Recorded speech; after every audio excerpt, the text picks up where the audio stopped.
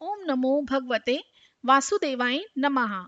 ऋषि पूछने लगे, हे सूत जी, बड़े आश्चर्य की बात है।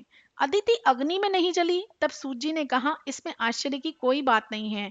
जिस भगवान के स्मरण मात्र से सब कष्ट दूर हो जाते हैं, उनका ध्यान करने वाले भक्त को कौन कष्ट दे सकता है भला।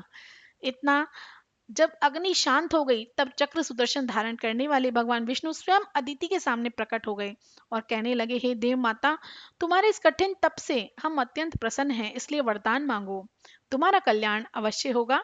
तब अदिति ने कहा, हाथ जोड़कर भगवान की स्तुति की, हे भगवान, जिनके स्मरण मात्र से सब कलेश नाश हो जाता है, जिनके चरण कमलों की सेवा करके भक्त लोग परम सिद्धि को प्राप्त हो जाते हैं, यज्ञ में स्थित यज्ञ के प्रबोध करता, जिनकी माया को ब्रह्मादि देवता भी नहीं जान सकते, जिनके मन से सूर्य चंद्र, मुख से ब्राह्मण, भुजाओं से क्षत्रिय, जंघा से वैश्य तथा पैरों से शूद्र उत्पन्न हुए हैं, ऐसे भगवान को नमस्कार है। भगवान देवता, नदी, समुद्र, आप ही हैं, अतएव आप मेरे पुत्रों की रक्षा कीजिए। हे भगवान, आप अंतर्यामी हैं, सब कुछ जानते हैं, अतः मेरे पुत्रों को अकटंक राज्य दीजिए।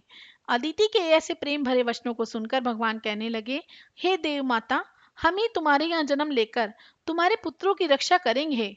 तब अदिति कहने लगी कि भगवान, जो संपूर्ण सृष्टि को धारण करने वाले हैं, जिनके रोम रोम में ब्रह्मांड समाया हुआ है, उनको मैं कैसे धारण कर सकूंगी। भगवान कहने लगे, हे अदिति, माता, पिता, गुरु, अतिथि तथा ब्राह्मणों की जो सेवा करता है, वह सदैव मुझको धारण करता है। तुलसी और गौ की रक्षा करने वाला भी मुझको धारण करता है। अतः मैं तुम्हारा पुत्र होकर शत्रु कुल का नाश करूंगा। यह कह और अपने कंठ की माला देकर भगवान अंतर्ध्यान हो गए।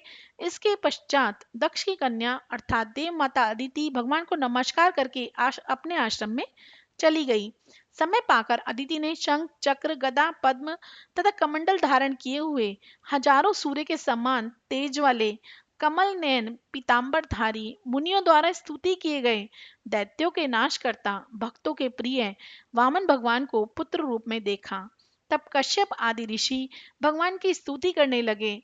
जो कोई भगवान वामन के स्तोत्र का नित्य पाठ करता है, वह सदैव निरोगी रहकर सर्व संपदा प्राप्त करता है। तब वामन भगवान बोले, हे पिताजी, हम प्रसन्न हैं, आपका कल्याण हो, आपके समस्त मनोरथ पूर्ण हो। हमने 2 बार आपके घर में जन्म लिया और आगे भी आते रहेंगे। इतना कहकर भगवान ने बाल रूप धारण किया। उधर राजा बलि ने भी शुक्राचार्य को अपना आचार्य बनाकर बड़ा भारी यज्ञ आरंभ किया, जिसमें लक्ष्मी जी सहित हवि ग्रहण करने के लिए भगवान विष्णु का आह्वान किया गया। उसी समय भगवान विष्णु ब्रह्मचारी के रूप में वहां पर आ गए। भगवान के इस रूप को देखकर ऋषि लोग ज्ञान दृष्टि से उनको पहचान गए।